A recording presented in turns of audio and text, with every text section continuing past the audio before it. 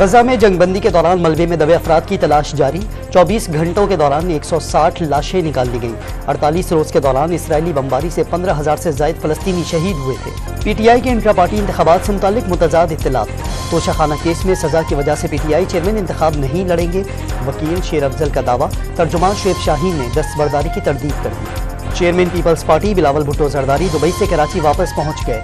कल कोयटा में यौम तासीस के जलसे में शिरकत करेंगे। सूबाई खुद मुख्तारी के बाद सिंध हुकूमत को 22,000 अरब रुपए मिले।